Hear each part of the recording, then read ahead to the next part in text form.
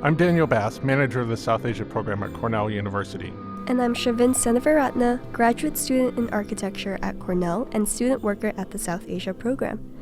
Welcome back to Season 2 of the Next Monsoon podcast, where we'll be featuring interviews recorded during the conference alongside some snippets of conference presentations. In our final episode of this season, we're sharing collective views from our guests on their hopes after the Next Monsoon conference this past October. We asked conference participants to sum up the Next Monsoon in one word, and they came to a remarkable consensus. Interdisciplinary. So how would you describe the conference in one word? A tapestry or a textile. We also asked what advice they would give future scholars and researchers. First up is Nainaka Mathur, a professor of anthropology and South Asian studies at the University of Oxford. I think I would advise people to read very widely, read from a variety of sources, and to be open to different interpretations of it. So I think knowledge about climate change in South Asia can no longer be the preserve of one discipline or one book or one author, or even a set of them. Right. What we actually need are these very, very different voices and different ways of understanding the world. So this could be through visual methods, it could be through graphic novels, it could be through architecture, it could be through deep ethnography, it could be through climate fiction. And I think my advice to everyone would be to not just go to, I think that there's sort of a strangely sort of hegemonic kind of literature that's coming out on climate change in South Asia, which is important, but I think it's very limited. And so what my advice to students or anybody interested in climate change in South Asia would be to not just restrict yourself to certain dominant voices on it, but actually, cast a wide net and read across disciplines and modes of knowing the world. Yeah. No, it's very good. Yeah. No, it's interesting you brought that up because I think that's been a trend when we ask all of our guests on the podcast. Oh, really? That's cool. Yeah, because I think we're all a bit I'm frankly a bit tired of when people talk about South Asia and climate change, they refer to one or two people, and I'm just really there's such rich, so exciting work out there. Yeah. Please center those voices. Right. Well, so maybe this leads somewhat to our last question. What is your hope for the Next Monsoon project and conference, and what you'd like to see come out of it? So, I think what I would really like to see out of it is not necessarily the straightforward outputs, so to say, that come out of projects where you have a book or a special issue, but perhaps more creative ways to talk about climate change. So, this podcast that you're doing is one such way, perhaps a website, perhaps other ways to keep this conversation going, which is not to say that, I have anything against books or special issues, but I think that, if we have to be creative and we have to reach different audiences, we also need to look beyond standard academic publications, because vital and important as they are, we also need to have other tools and resources through which we can think about what's happening in South Asia today. I love the conversation. Everyone wants a different medium than exactly. Yeah.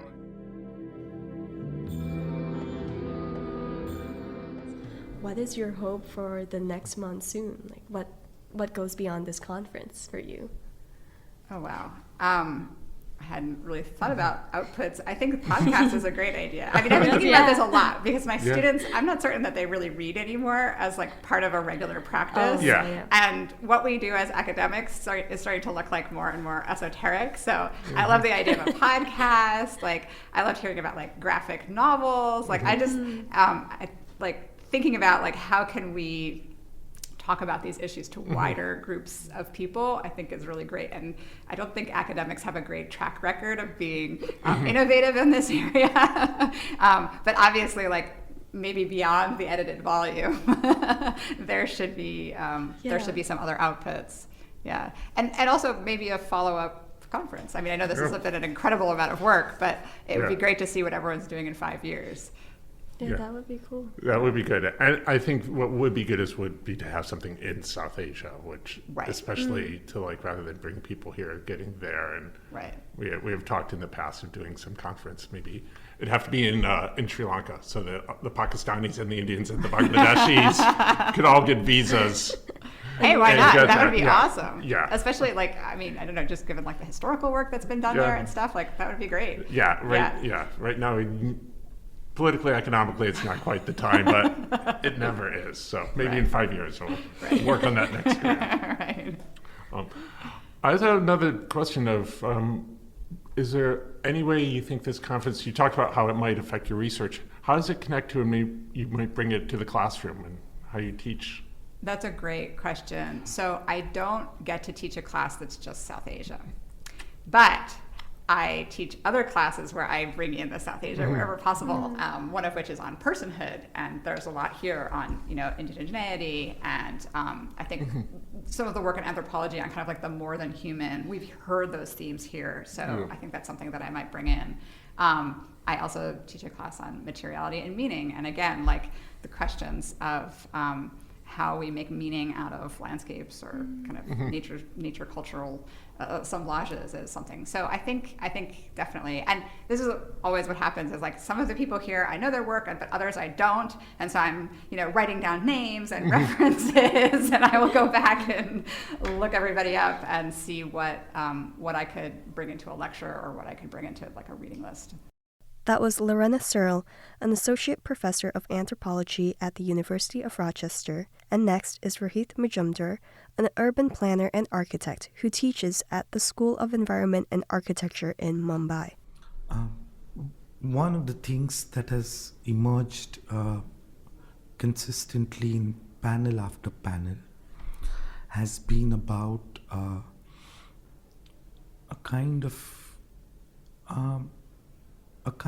developing a kind of engagement that interrogates discourses that are widely kind of circulating around the world on climate change. And this is emerging in presentation after presentation in a very powerful way to interrogate those discourses, because and again I'll speak from the areas that I've been kind of engaging with, urban studies, architecture and planning. And one is kind of recognizing that there is a change that is happening in terms of the weather, and one needs to take it seriously.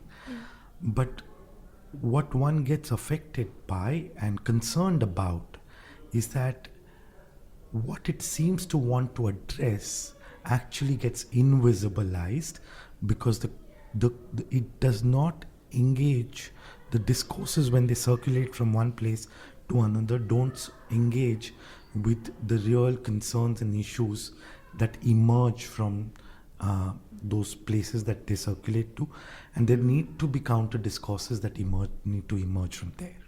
Like Rohit Majumdar, whom you just heard, Farhan Karim, an architectural historian who teaches at the Arizona State University, shared an interest in reframing research methodologies.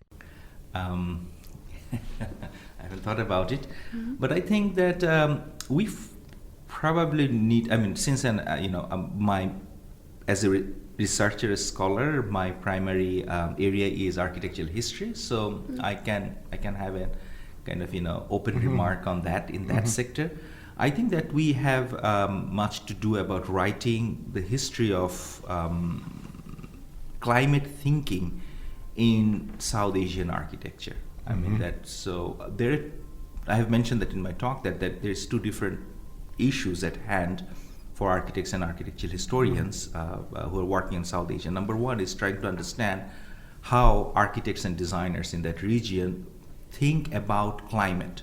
I mean that what should be the ideal building practice in terms of its climate efficiency. So that is one sector. We don't have a very rigorous research on that sector. I mean, creating critical historical perspective on that sector. So that is one thing that we must address on the one hand. Then the second one that we also need to address in our research is that how in contemporary time the architects are responding to the idea and the reality of climate crisis. So what are we doing?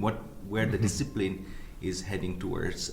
So there is also not enough research trying to understand, trying to give it a bigger critical perspective. So that is another sector where scholarship is needed. Yeah. So we asked this question for all our guests on our podcast: is what is the hope? Sorry, I'll rephrase it. What is your hope for the next monsoon? What is to come after this conference for you? For me? Yeah. I hope that the next monsoon we will have better policy for climate mitigation. We, instead of just promoting different new adaptation technique, we should come up with solid plan, solid policies to mitigate the climate, so that before next monsoon, that people do not have to suffer. Yeah. That is my hope.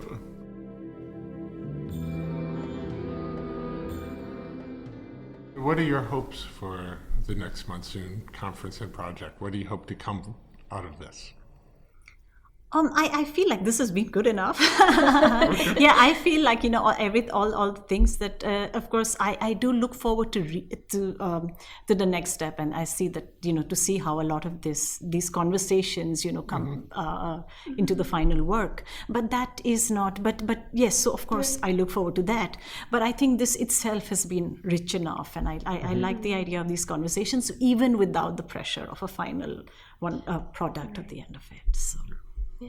So what would you say this conference means to you, and how would you move forward from here, like after this conference? What are you hoping to gain for yourself? Yeah, that's an interesting question, because so I'm really grateful, because I'm really grateful in some sense to this opportunity, because any opportunity because this is a different form I tried. Right. So the presentation I made, this is not the kind of writing I do. I don't. This is not the kind of writing I have done in the past. Right, so this was for me a chance. So for me, this was a chance to experiment with a different form of writing and a different form of engagement, and I've enjoyed it and I've liked it. So now so basically I have no idea where this is going to take me. But pleasure is such a underrated thing, and I've really I've felt and I've really enjoyed sort of working on the paper and thinking through these things. So let's see. It's so nice. It's so nice, and it seems an attitude of being open to the possibility after this. Of you try something new and engage with academics and realize that we are, don't bite, and we're friendly people and good environment. So that's because from a distance your lot can be quite intimidating. Yes. And academics feel intimidated by writers and so on. It's like, that's not possible. It's possible, yes. Is it? Everybody has a degree of imposter syndrome. Right? And it's incredible when you actually think about it. Yeah. That was Parismitha Singh, an artist and writer from India.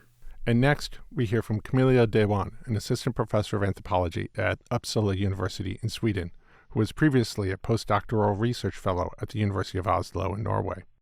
I think the main thing is to acknowledge how ignorant we all are, and we don't know what we'll find in the field. Right. I think assumptions are like the greatest dangers, that you assume a lot of things about a place and a people and the problems. And just what I really appreciated with doing a PhD in anthropology was, this openness that your entire idea will change after fieldwork and during fieldwork. Right. And so be open to, I think, for instance, in Bangladesh, people going in there might think that, climate change is causing all these floods. And then they ask very specific questions relating to that. So I think it's much more constructive to be open with your questions. And basically, during my first fieldwork in Bangladesh as a researcher, my translator would actually ask so this was before my PhD, she'd ask, how has the environment changed? And I just went along with that throughout my PhD. And then you get other stories of food adulteration, of shrimp aquaculture, of a very diverse set of changes that is not necessarily linked to floods or monsoons or anything. But I do want to stress that when I did my fieldwork in 2014, 2015, there wasn't much concern about changing weather patterns, and climate change was quite unfamiliar. But going back now, and we see it here in North America, in Europe, the weather has been changing quite drastically and dramatically. It's not like violence out of sight. It's in our everyday lives, and none of us can deny what is happening. And it's the same in my old field site.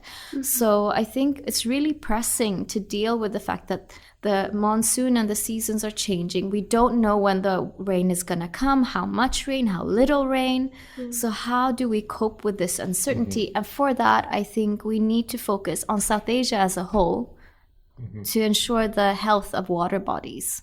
Because all these infrastructural work that are ongoing based on colonial logics, and it's reproducing itself, they're choking the river bodies, the canals, the ponds.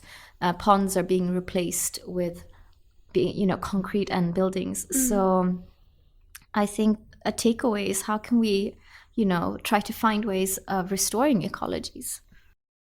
And lastly, here's Nida Rahman, an assistant professor at Carnegie Mellon University School of Architecture. What advice would you give to future scholars, practitioners, or artists, or your students who are interested in doing research on climate change?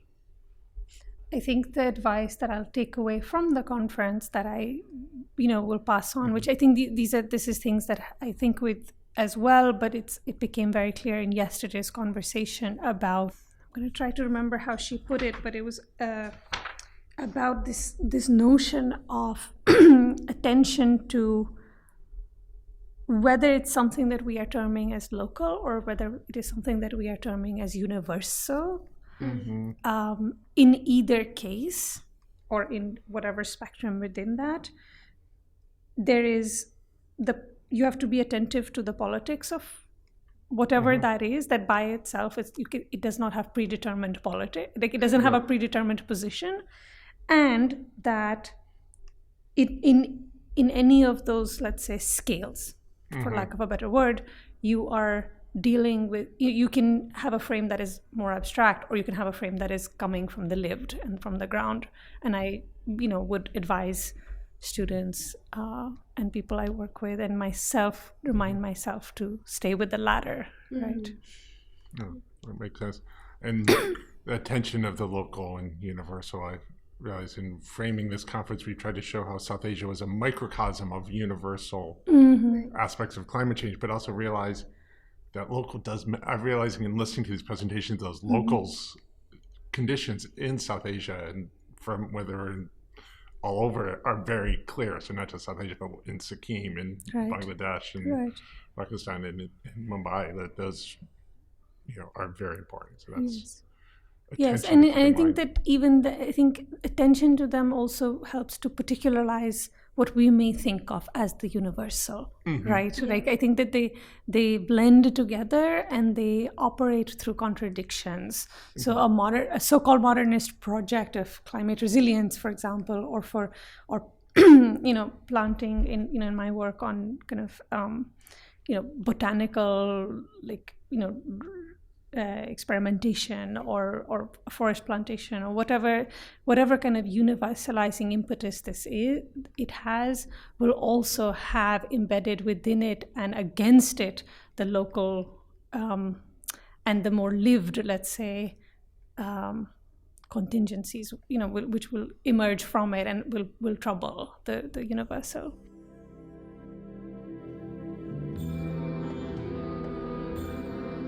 That's it for our last episode of Season 2 of The Next Monsoon. Thank you for listening. You can watch videos of full conference presentations and discussions on our website, linked in the show notes. And be on the lookout for the Next Monsoon book, featuring chapters written by many of the guests from this season, which will be published in the next year or so. We would like to give special thanks to Sam Lubowitz and Angelica Kramer at Cornell's Language Resource Center for their assistance with recording this podcast. Shavin Senavaratna not only co-hosts this podcast, but is also our editor. South Asia Program Administrator Gloria Lemus Chavez provided production supervision. Funding for this podcast and the entire Next Monsoon project comes from the National Endowment for the Humanities. Please follow the South Asia program on Twitter, Facebook, and Instagram at SAP Cornell. You've been listening to music by Gloria Lemus-Chavez and her partner Brandon Kane. Make sure to check out more of their work in the description links below. The ideas and opinions expressed in this podcast do not reflect those of the National Endowment for the Humanities, Cornell's Office of the Vice Provost for International Affairs, or any other official entity of Cornell University. I'm Daniel Bass. And I'm Shavin Seneviratne. Thank you for listening to Season 2 of The Next Monsoon.